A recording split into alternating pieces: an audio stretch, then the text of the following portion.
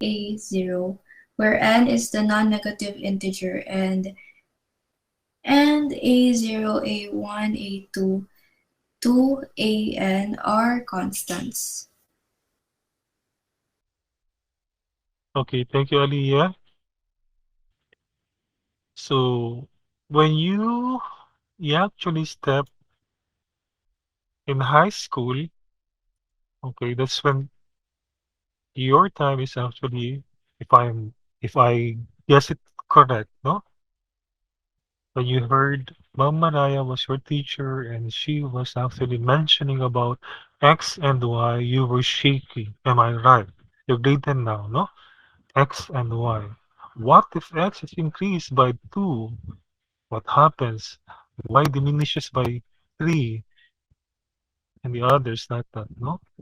So we're hearing about algebra, no?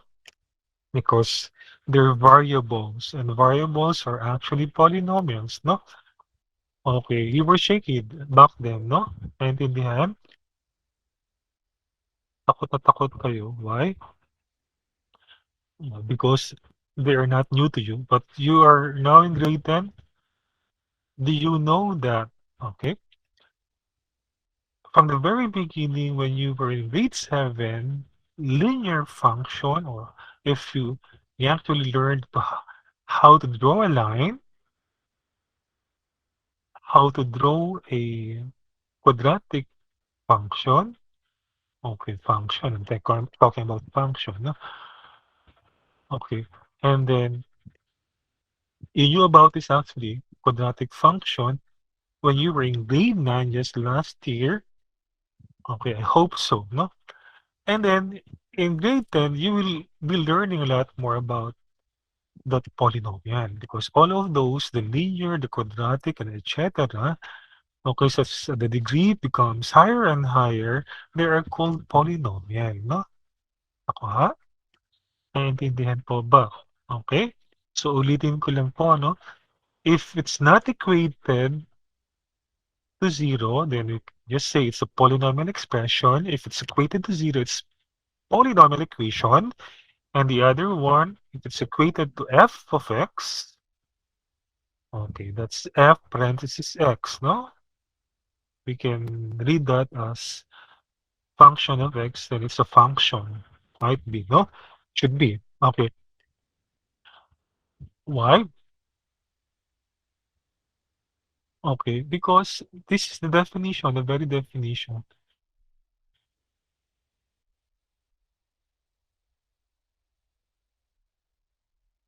Ano sana ba yun? Oops. Ayan. Okay. So if you just see 2 only, okay, that's constant. And we call it a constant polynomial, no? Okay, ito siya, 2029. Wait lang, lakayan natin ha. Okay, my source is sa Wikipedia. Okay,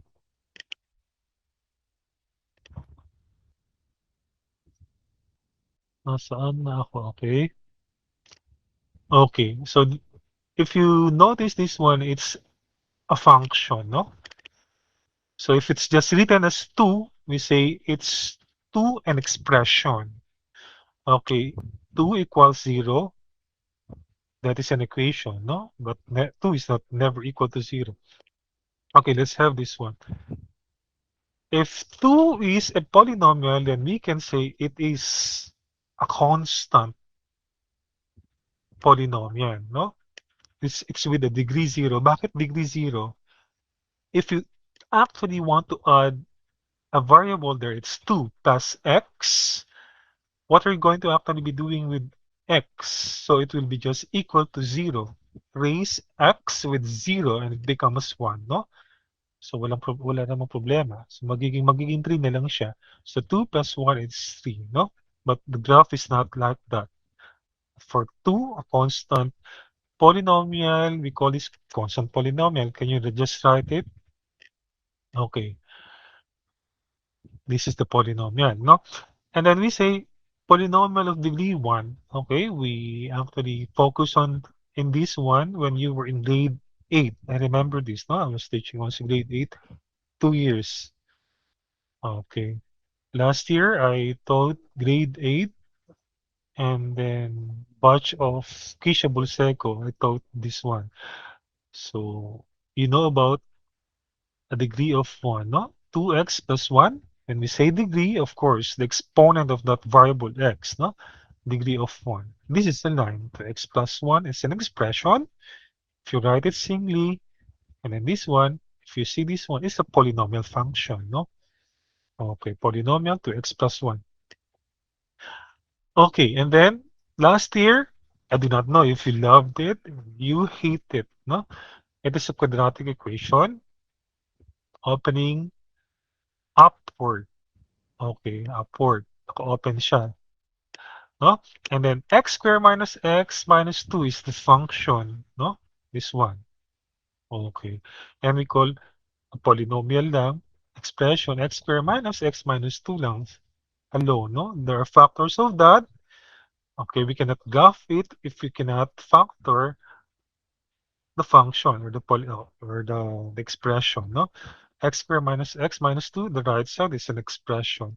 And then here now is the challenge, no? Your grade 10,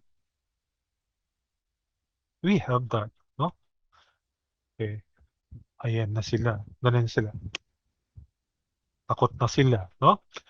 Hindi dapat, no? And then we call this one a quadratic function. Go this here back. We go back here. And then this one, specifically, it's called cubic, no? Okay. It's a cubic polynomial. Cubic expression, blah, blah, blah, blah. Why? Because it's raised to the highest degree. It's 3, no? Okay. Do you see this one? It's 3. Masyado ba maliit?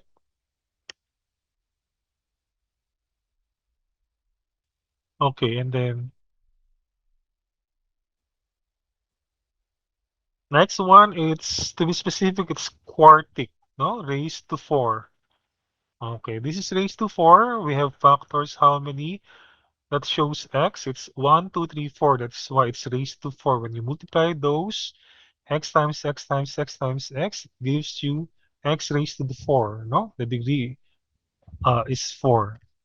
We call it quartic. Okay, raised to 3, it's cubic, quartic.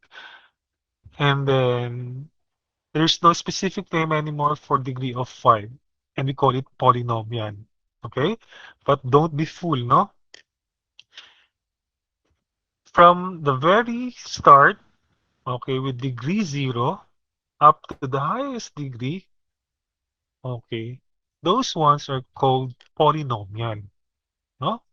Polynomial. Sometimes we call quartic a binomial, no? But it's not right, no? Binomial is but two terms. It refers to two terms. Binomial, that is a polynomial, no? Okay. We say polynomial is sometimes a monomial. Yes, it could be, but it's really a linear, no? Sorry, it's constant. Uh, why? Because it's just but one, no? Okay, mag-iisa lang siya kasi. Monomial. No, it's two terms. No, sorry. This is what you actually understand, no? If we say it's monomial, it's binomial, and trinomial, we are referring to how many terms there are, no? In the expression. Naintindihan? Okay, there are but 3 terms. For trinomial, 2 terms. For binomial, and 1 monomial. So monomial is 1 term, no? Okay, we are counting the terms. But when we say it's in the degree, and we call them constant, linear, quadratic, cubic, and quartic, and then we are talking about their degree. Did you get it? We're talking about their degree. Okay, in here, constant is with 0 degree. Degree 1 is for your, of course, this is linear, no? And then quadratic is degree 2. and then cubic is degree 3, and then degree 4 is your quartic. Sorry, yeah, it's quartic, no? And so on and so forth, but we call them now generally as your polynomial na lang, no? So every one, no? Everything. All of these can be called a polynomial actually, no? Hindi lang yun, baka sabihin nyo constant siya, specific lang siya, no?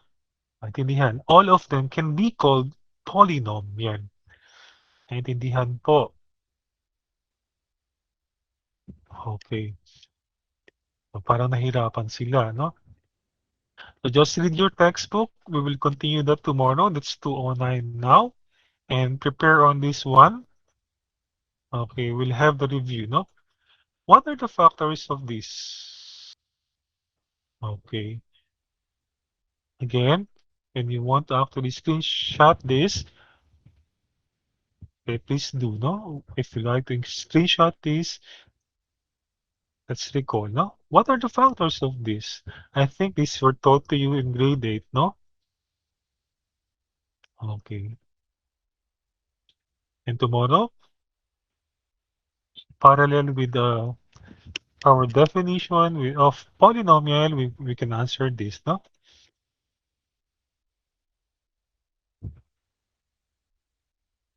Okay. And then read also about the true definition of polynomial, what makes it polynomial, what are uh, the characteristics of polynomial. If you write it, what are the do's and don'ts, no? If you are to write the polynomials, are we allowed to have negative exponents for polynomial? Find it out, no? If there are more than two variables, then what do we call them? What if there is only one variable that is unknown in the polynomial? What do we call them? It's in your textbook, by the way, no? Okay, just please read that. Okay?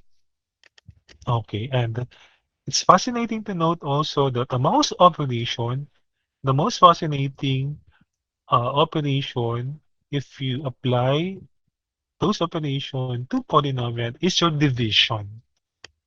Okay, that is why our lesson is synthetic division. Find out also why division is the most fascinating operation when we apply that operation to the polynomials. There's plenty, no polynomials. Okay, fine now. That's it for today. Paki fill up po yung Google form for your final attendance for today. Thank you very much. Bye-bye.